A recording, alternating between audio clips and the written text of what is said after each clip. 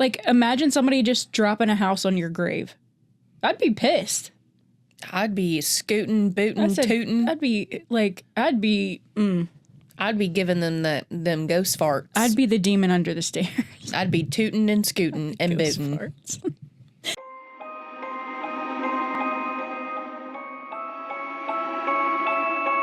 I'm Michaela, and welcome back to Eerie Escape. Picture this. A moonlit Louisiana night. The air is heavy with the scent of magnolias, and an ancient plantation house looms before you. Its massive oaks draped in ghostly Spanish moss sway gently in the wind. The Myrtles Plantation, a house steeped in tragedy, secrets, and hauntings, is watching and waiting. Tonight, we unravel its chilling past and uncover why the house is called one of the most haunted in America. And I'm Michelle. But this isn't just a story about an old house. Because what's the fun in that? It's about betrayal, revenge, and spirits that refuse to rest. So, settle in, leave your lights on, because we all know you're gonna need it. Oof. Over the years, the Myrtles Plantation has passed through the hands of many different owners, each one leaving their mark on its tragic history. The first owner, David Bradford, established it in 1794. Then we have Clark Woodruff, which was Bradford's son-in-law, who inherited the property after Bradford's death in 1808. And then that brings us to Ruffin Gray Sterling, who acquired the property in 1834, expanding it to its present size. But of course, that doesn't end there. Yep. There's a couple more owners. So we have Mary Cobb Sterling. She managed the plantation following her husband Ruffin's death in 1854. And then it's going to be a lot of and then William Drew Winter married Sarah Sterling, the daughter of Ruffin and Mary, and became part of the plantation's history. And then Harrison Milton Williams purchased the plantation back in 1891. And of course that there's like current owners now. We didn't really include those, but the Ward family, they restored the plantation before selling it to the Myers family. So as you can see, there has been a lot of many different owners over the years. And oof, that's a lot, to be honest. I mean, like the 1794 was a while ago, obviously, but for it to be that many, yeah, that's it's like a girl at school in the dugout just gets run through by so many different people. Anywho. Damn. Inappropriate, but you know. So the Myrtles Plantation is a striking antebellum mansion, adorned with intricate ironwork and detailed molding. Its haunted reputation may stem from claims that General Bradford built the house over ancient Tunica Indian burial grounds. Come on, do better. I mean, even though half of America is built over ancient burial grounds, but those are the most haunted. This dark foundation, coupled with the plantation's tragic history, has cemented its place as one of the most famously haunted locations in the United States, which... yeah. I mean, you're in Louisiana. Louisiana has a lot of history and a lot of... That place is just haunted. It's just very, very haunted. And where it's at in Louisiana is very, like, secluded. Like, yep. I don't know this 100% because obviously I've never been there. You've never been there, have you? I've been in Louisiana. No, the Myrtles Plantation. No, maybe. Okay, well, Michelle doesn't remember, but... We did do... Okay, this sounds like so... wrong, but we did do like a plantation tour when we went to like 4 different plantations in Louisiana. So maybe, but then again, anything before 2021 is hazy. Yeah, that's true. It's that traumatic brain injury for y'all. Just lost all the memories. That's what explains everything. You know, if I don't see myself in a picture at the actual place that we're talking about, I will deny it until I die. Be like, nope, I wasn't there. Well, here's your picture. Oh, maybe. Oh, but no, this is literally the basis of every horror movie ever. Oh, yeah. One, what did you expect to happen? It's disrespectful. Mm-hmm. Like, imagine somebody just dropping a house on your grave. I'd be pissed. I'd be scooting, booting, tooting. I'd be giving them them ghost farts. I'd be the demon under the stairs. I'd be tooting and scooting and Ghost booting. farts. Booting them walls down, because then people are going to know that I'm there. Like, hello, motherfucker. Okay, anyway.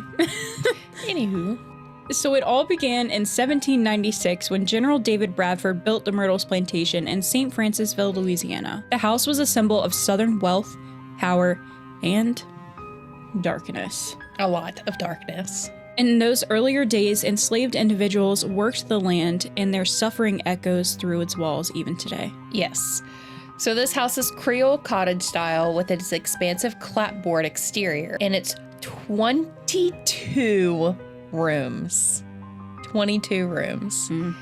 Might, of course, charm you during the day, but at night, it tells a different story. A tale of death, betrayal, and one unforgettable ghost that we're going to be focusing on today, because honestly, I think it's the most chilling, and that would be of Chloe. Poor Chloe. Poor Chloe. Chloe was an enslaved Creole woman who worked for the Woodruff family, one of the plantation's early owners. The story goes that Chloe became entangled in a dangerous affair with Judge Woodruff, but her ambition, and perhaps her love for his children, led to her undoing. So one night, Chloe was caught eavesdropping in on one of Woodruff's private conversations. And for that, Chloe faced a brutal punishment. Her ear was cut off. Her ear That's so terrifying. was cut off. God. Of course, she was shamed and desperate. She concocted a plan to regain her place in the house by poisoning a cake. Not to kill, but to make the family sick enough to need her care. Aw. I mean, it's very twisted, but she it's knew also, what was gonna come if Right. if she wasn't needed. Yeah, she was probably gonna either be killed or be killed. And honestly, I think she was what they called like a house slave or a house servant. But I think obviously when you get in trouble, you get put outside. And I think she didn't want to have to. I mean, hey, sometimes you have to do what you got to do to be able to survive. Because Especially then. Back then, it was it's a cruel world now, but it was even more of a cruel world back then. And so I guess she just had to do what she had to do. I don't blame her. I probably would have done the same thing. Yeah. I mean, I don't know if I would have done... Well, maybe not exactly the same. We'll get into why in a second, but... Maybe not the cake, because, like, I would want to eat some of the cake, too, and I can't, like, eat the cake that I spent all day making if it's poisoned. I mean, I could. Bitch... But then again, I love food, so that's not the moral of the point. But the point is that it's sad that the fact that she felt like that she had to go to that extent because she knew that her fate lingered in basically their hands and that she had no other way to basically get them to need her. Unfortunately for Chloe, the dose that was given in the cake was fatal. Woodruff's wife, Elizabeth, and 2 of their children died. Consumed by guilt, Chloe confessed, sealing her fate, and she was hanged and thrown into the Mississippi River. And yet her story doesn't end there. Visitors and investigators claim Chloe's spirit still roams the plantation, her form even captured in photographs. Have you seen that picture of her? I believe so. It is it's creepy how clear it is. Like you can see, because she was known to wear like a turban on her head, because obviously they cut her freaking ear off. Mm-hmm. And you can literally see her turban and all, like full body apparition in the photo. It's crazy. But of course, Chloe isn't alone. The Myrtles Plantation has seen its share of death, from Civil War soldiers killed during the raids to its own family tragedies. One of the most infamous deaths occurred in 1871 when William Winter, a lawyer and the plantation's owner then, was shot on the front porch. And they did say, I hate to sidetrack a little bit, but they do say that a lot of people who were enslaved during that time in like Louisiana were voodoo practicing. Yep. So a curse might have been put if Chloe found out that her fate was sealed because she confessed to doing of the cake. She may have put a curse on them. And whoever was going to own the property there on out. I mean, she could have, yeah. That's one of the theories, I think, is that it's like every single owner, like something happens.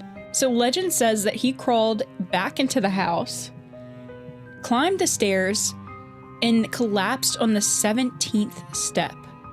Visitors claim they still hear his final desperate footsteps echoing through the house. And it's so sad because they say he climbed the stairs to try to get to his wife. Yeah. That is really sad. Of course, it's like, it makes you think like back in, like, was it really the 17th step or was it just like one of the steps? But it is sad to think that he was crawling to get back to his wife before he had passed. That is really chilling.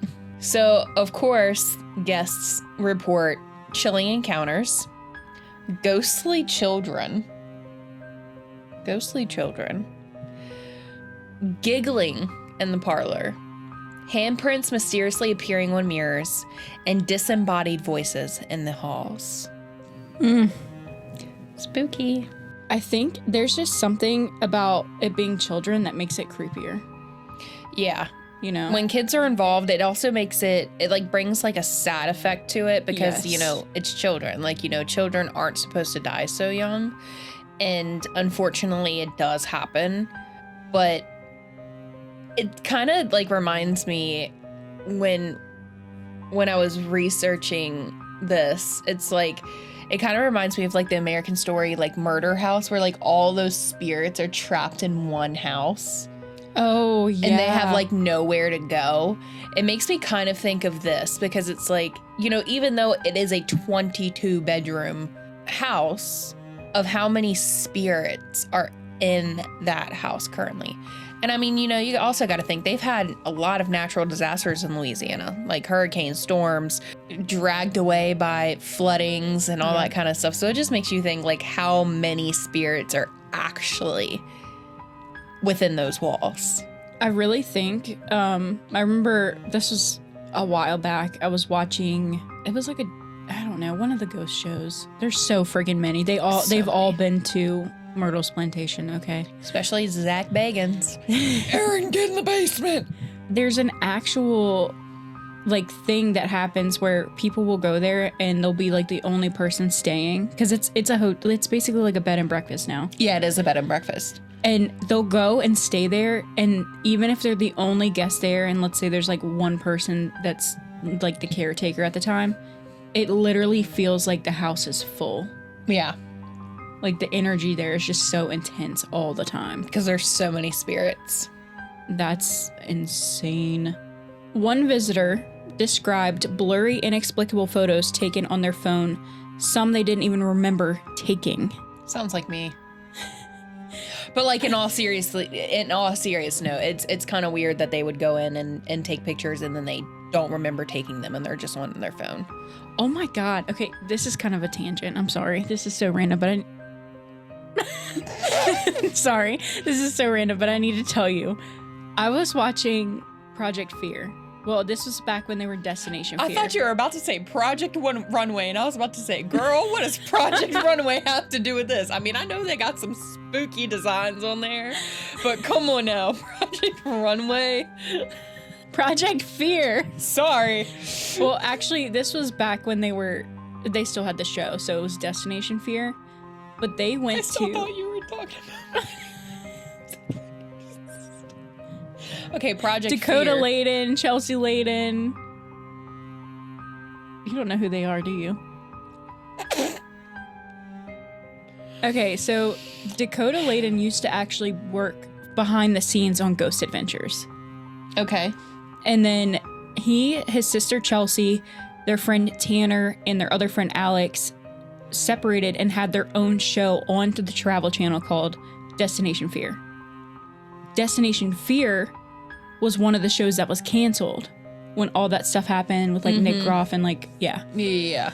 So basically they went to this place. Tanner left his phone on the bottom floor, right? On top of an equipment case, right? Mm-hmm. They go upstairs, they separate.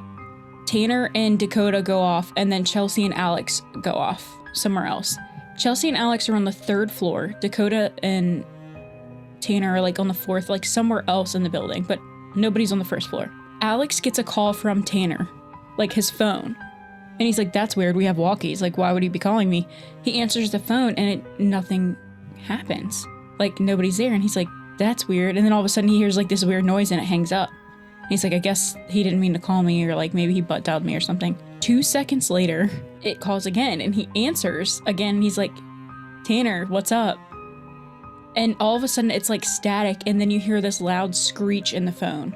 Phone hangs up. He's like, what the fuck? So he walkies Dakota and Tanner and is like, hey, does Tanner have his phone? Like, is he trying to call me? He's like, no, my phone's downstairs on the 1st floor with the equipment. What? Yeah. And they're like, what? And then it calls again, does the same thing, a screech. They go all the way downstairs to the 1st floor and they find Tanner's phone just sitting there, like where it was left. So a spirit had literally manipulated the phone and called one of them. That's insane. Isn't that weird? That's insane. So, I mean, spirits taking pictures, that's possible. I mean, phone calls, I mean, think about it. It's all energy based. So obviously, you know, just like how like if you're out and, you know, they drain batteries to manifest and stuff like that. What makes you think they can't take a picture? I'll tell you what, if I was a ghost, I'd be snapping selfies on people's phones. Okay. Hold my 150-year-old battered coat. Let me take a selfie. Oh. However, others have recounted feeling the tug of a ghostly hand on their clothing, like a little kid. Fuck them kids. I'm just kidding. I'm just kidding. Damn. I'm just kidding. Oh, that's bad. That's bad. But I don't know what makes something more terrifying. The fact that there is a child that could potentially be a like different kind of spirit. Yeah. Or a grown-ass human being being a different type of spirit. I don't know. Spooky dooky. Let me just tell you. Well, that's the thing. Like, all these demons, I'll say the word demons, always manifest, not always, but most of the time manifest as children. You better stop, because I will pull my pants down and shit in the middle of the floor right now. You got me fucked all the way up. But no, it's true. Like, I mean, usually there are like telltale signs you can tell the difference, right. You know? But a lot of people will be like, oh yeah, we have a spirit of a child on floor 3 in room blah, blah, blah. That's not a child. Because people aren't, because these unworldly spirits, they know what humans fear and not fear. Right. So, you know, sometimes when you see like an older person that's a ghost, I've seen it firsthand, they're not they come off more intimidating than it would as if it was a child. Because if you think children pass, they pass in either horrific ways or like natural ways. The same thing with grown-ups, but when it comes to a child, it's just so much more sad. Yeah, and people want to be there, want to play, comfort this child entity. Right. And it could turn out to be something far more sinister, unfortunately. That's how they reel you in. That's how they get you, I'm telling you. So, of course, in the Myrtles Plantation, there is an infamous mirror.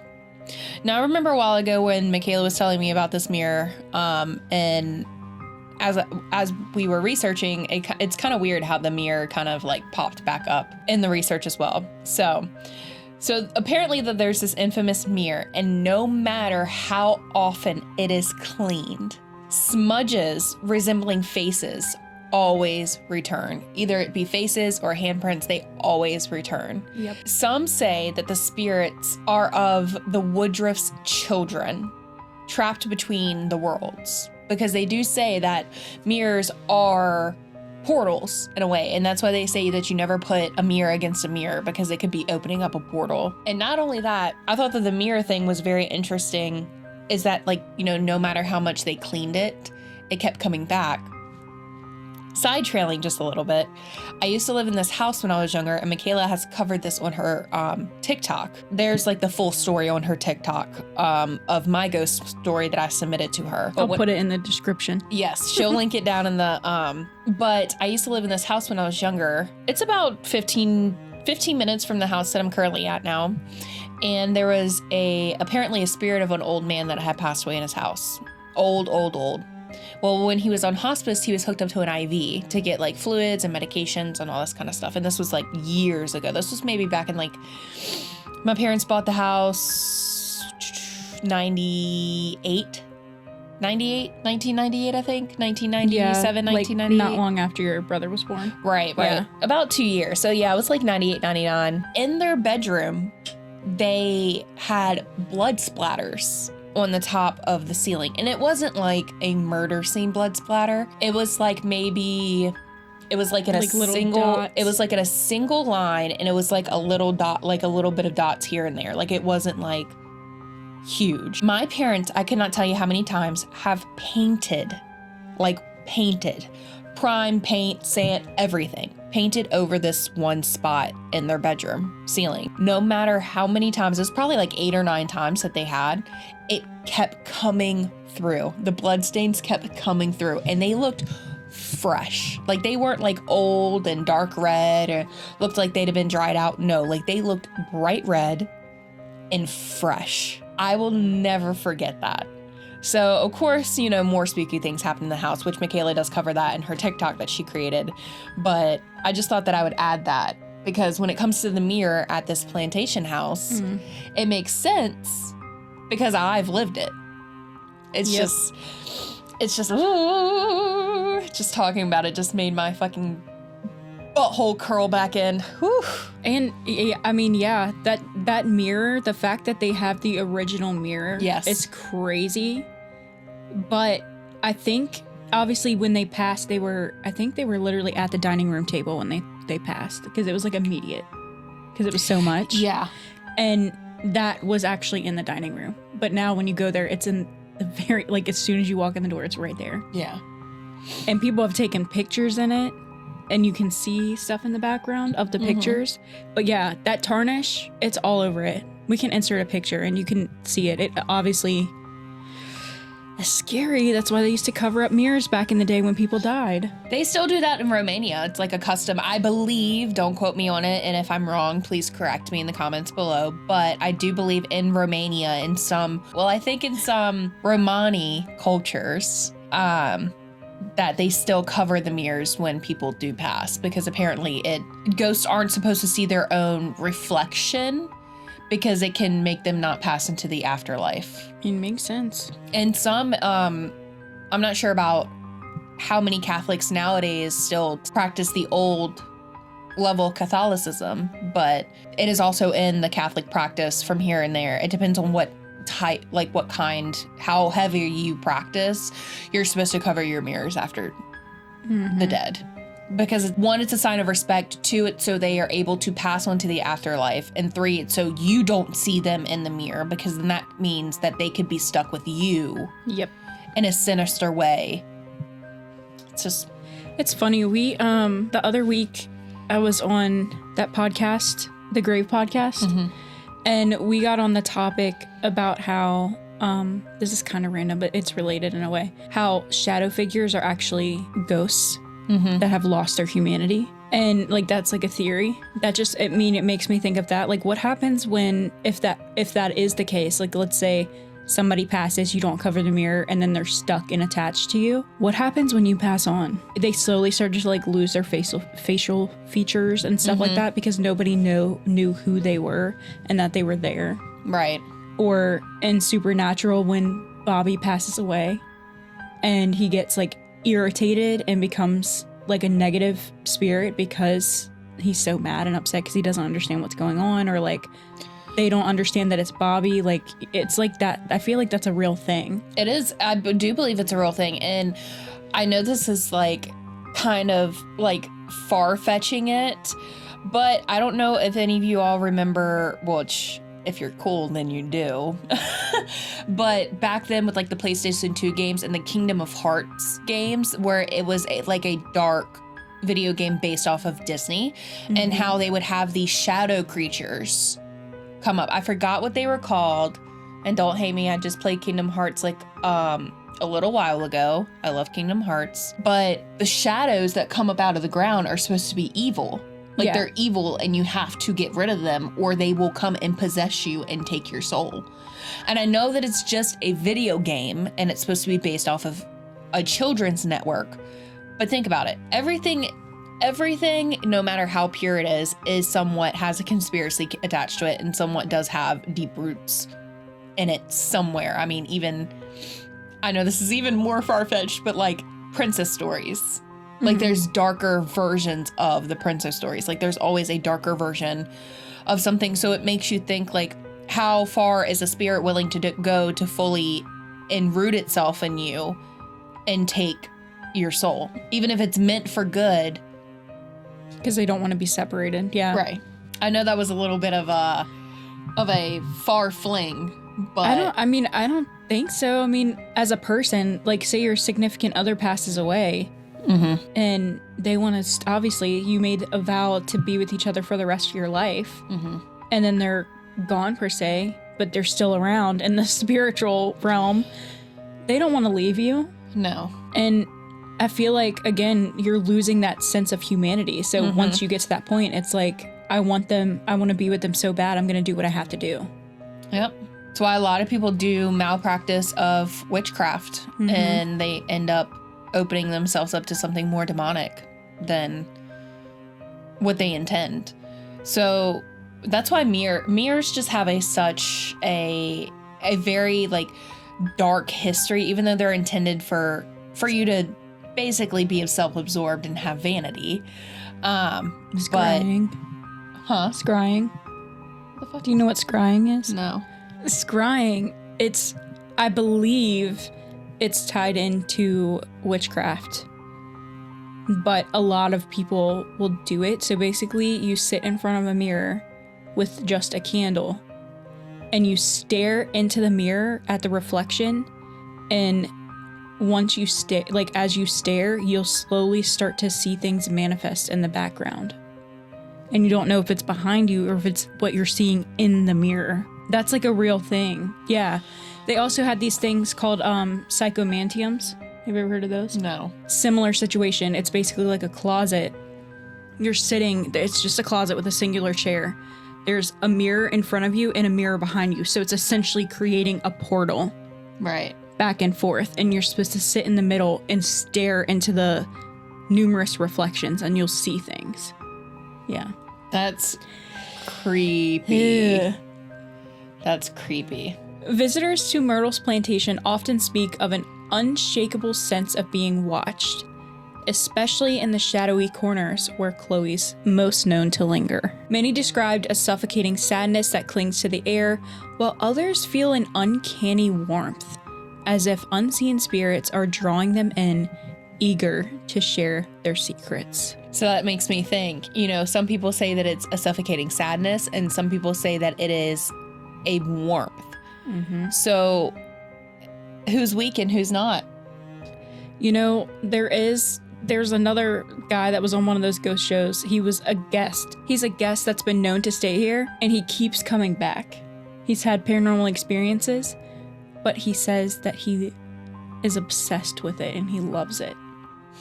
His family hates it. His family won't go and stay with him, but he will like convince them, like, hey, we need to go, and he'll go like 3 times a year. It's that thin veil, man. It's the thin veil, telling you. So of course it's now a bed and breakfast, and the Myrtles Plantation offers 11 rooms in the main house and also nearby cottages for those who are brave enough to stay. The cottages are weird.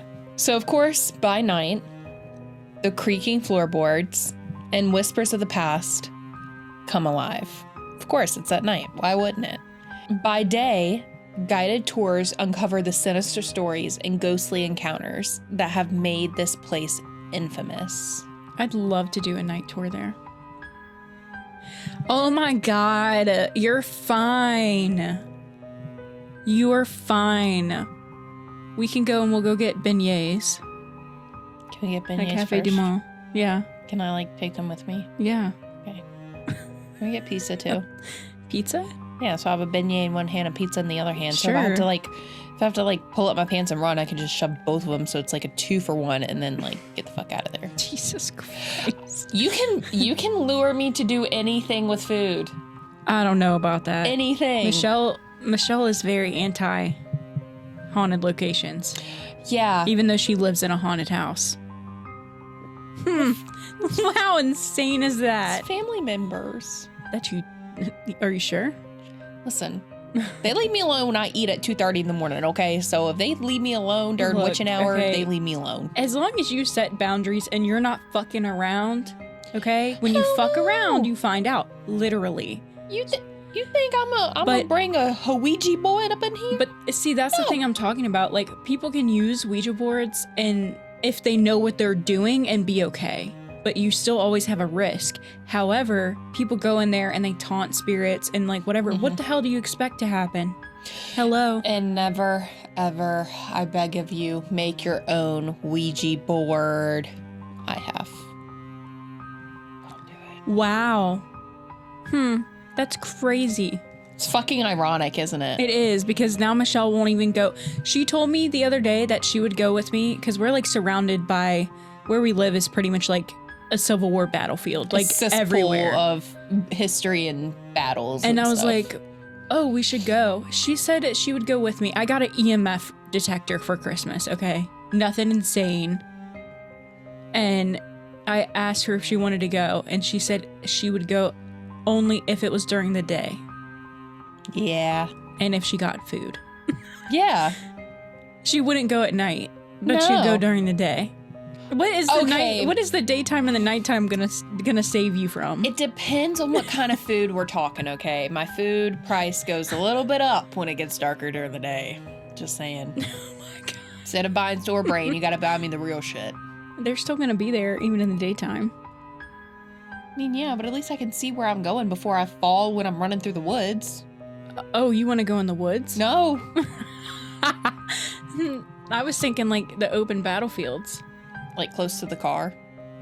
I mean, sure. Like really close to the car, like almost like next to the car, like with the doors open close to the car. Like keys in the ignition. No, the car's already on. The doors are open. And we're in a squatted position so I can get up and flee. Michelle's like, just open the sunroof and let me hang out of it. We can get walkie-talkies. I'll film it from the car. Where's Michelle? She's in the car and I'm in the middle of the woods somewhere. By myself.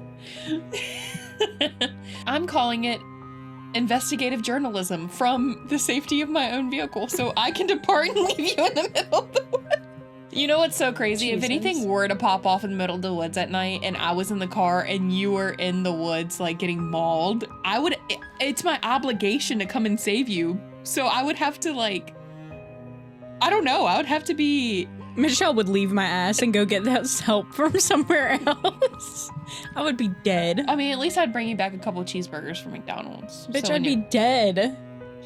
What am I gonna do with a cheeseburger? And then your ass really will be haunted, because guess who's haunting you? Me. I mean, more cheeseburgers for me then. You think, kidding. Look, me and your great grandma are about to be besties, okay? I would never get a second of sleep. Not that I sleep much anyway, but I would never get any sleep. You know those ghosts that like drag you out of bed at night? That would be me. Yeah. Try to sage me, bitch. I dare you. Just let me eat my food in peace. You can haunt me after. Wait till my belly's full. Sits down, gets her cheeseburger, goes to eat it, and it just gets smacked out of her hand. Yeah, that was me. I'd be so pissed. You know what? I would have to bring in like a Catholic priest to come banish your ass. In all seriousness, I go and I order everything with my burger on it, and I'm just like all happy to get extra pickles. I come back, open it, and there's no extra pickles on there. I'd be like, this fucking bitch. This fucking bitch. She took my goddamn and then 2 little pickles floating in the damn thing. Oh my god. No, you'd be like one of those things. You'd be a ghost where it's like, okay, you tickle her feet, I'm gonna slap the fuck out of her, and then we'll go underneath of the bed. And then I'll be like, what? And then I'll be like, what? I feel like if we were in the middle of the woods and some shit were to pop off, I feel like the person, if it was a person, I feel like they would be running away from us instead of vice versa. Huh? Like a ghost or a person? Like a person. What? So, okay. So say that we're doing... Yeah, we're in the woods and we see a man that tries to kidnap us? Yeah, we would be like, what the fuck's up, bitch? What the fuck's up? What the fuck you want? Ooh. You know. I don't even want to hear it. I don't even want to hear it. Y'all don't even know Michaela in real life, okay? If y'all met her in real life, if y'all saw a random man halfway glance at her when she's driving down the road, she will try to kill him in his car with her car. It's just fucking crazy. Michelle's the same way. Don't let her fool you. I'm an angel. Michelle has an issue with people staring more than I do. We'll be in TJ Maxx, okay? People We're look in at me. TJ Maxx, and we're just it's a nice, Saturday morning. We're browsing. Afternoon, bitch. You know I don't get out of bed in the morning. Anyway, Okay, it's proceed. brunch. It's like brunch time, and we're just casual. It's so nice, and there's not a lot of people. Next thing you hear, bitch, what the fuck are you looking at? I promise. It's Michelle. I promise I'm nice. Don't look at her, even if you're just, happen to be like, damn, I really like that girl's sweatshirt. Don't look at her, because she's gonna think that you're being judgy or creepy if you're a guy. Nestled in St. Francisville, Louisiana, just 26 miles from Baton Rouge, the plantation beckons the thrill seekers and ghost hunters alike, especially during the eerie festivities of the Five Follette Halloween Festival. We need to go to that. Yeah. We need to check it out. Mm-hmm. Hopefully it's during the day. This bitch. So from the chilling legend of Chloe to the countless Goatly. I'm mad that you bawed like a sheep, and my mind went to demon. My mind went, and your mind went,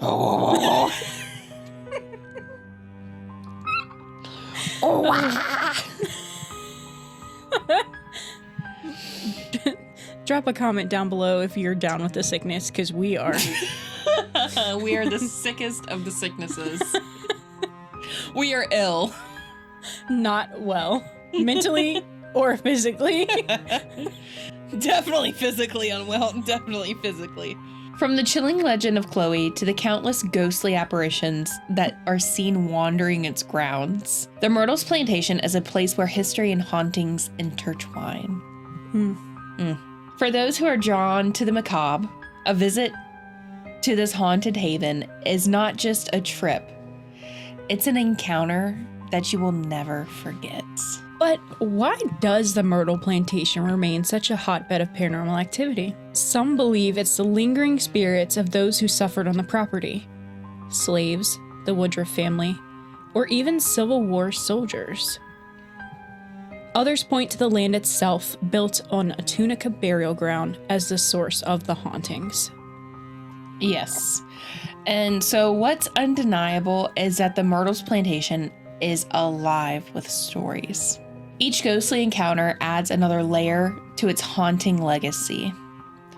But as we leave this chilling chapter behind, remember, some doors are better left unopened and nailed shut and super glued and duct taped and caution taped closed. As we leave the Myrtles Plantation behind, ask yourself also, what would you do if you heard footsteps on an empty staircase, or felt the cold brush of an unseen hand? Some say the spirits here are trapped, bound to the land by pain, betrayal, and loss. But what if they aren't just bound? What if they're watching and waiting for you?